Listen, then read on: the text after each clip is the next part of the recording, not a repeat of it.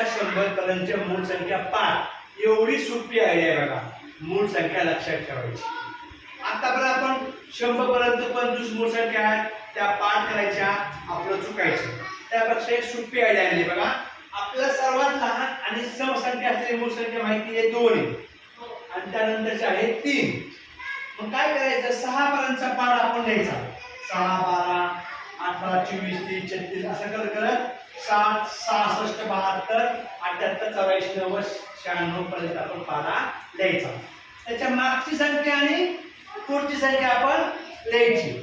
6 च्या मागे 5, 7, 11, 13, 17, 19 असं करत करत आपण 89, 91, 95, 97 पण लिहायचं.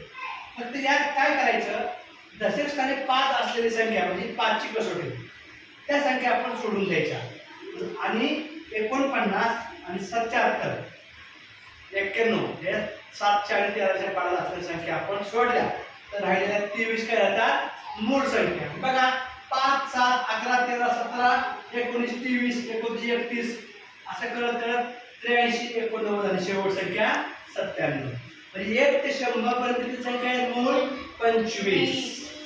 एकूण संख्या आहे 100. त्यातल्या 25 मूळ गेला राहिल्या 75. एक काय आहे, मूळ नाही आणि संयुक्तही नाही. तर 75 मधून एक कमी केला राहिले 74. 74 काय राहिले मानो, संयुक्त संख्या. म्हणजे त्याचा 6 चा पाढ पाठ, त्याच्या 25 मूळ संख्या पाठ असं आपण समजायचं. कळलं?